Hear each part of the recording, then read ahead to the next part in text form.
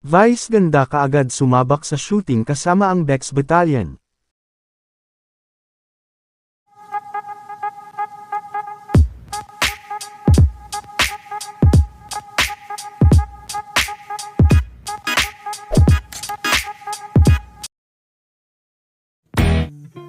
Matapos ang naging kontrobersyal na pagbawi ni Vice ng kanyang paumanhin, sa isang contestant sa Especially For You na si Axel, ay tuloy-tuloy pa rin nga si Vice sa kanyang mga trabaho.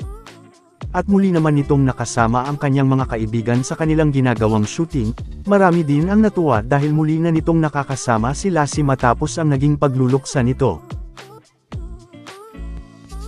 Kabang-abang din ang mga magaganap sa kanilang show, bukod kila MC at Lassie ay kasama din nga nito sila Divine Tete, at Chad Kinis.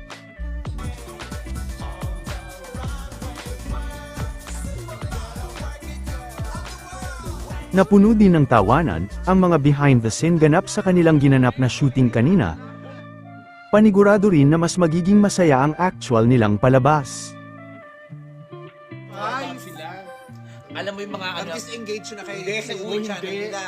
Panoorin nyo na lang sila dun sa Device Comedy Bar. Mas nakakatawa sila dun ng live. Oh, hindi! Nagkaroon din sila ng biruan tungkol sa tatay ni Lassie.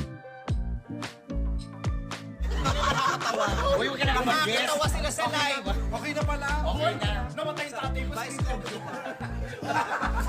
Namatay sa ating. Hindi na rin namin kasalanan nung ininbase yung tatay mo. Gusto ko ikaw unahin. Samantala, proud naman na ibinahagi ni Ayon Perez, ang kanilang larawan ni Vice, at ayon nga dito ay si Vice ang kanyang biggest cheerleader.